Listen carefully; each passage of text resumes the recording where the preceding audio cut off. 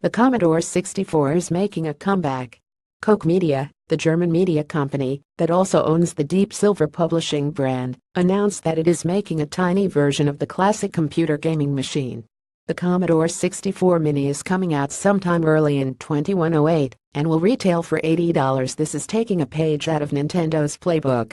Last year, the NES Classic Edition was a huge hit that was nearly impossible to find on store shelves.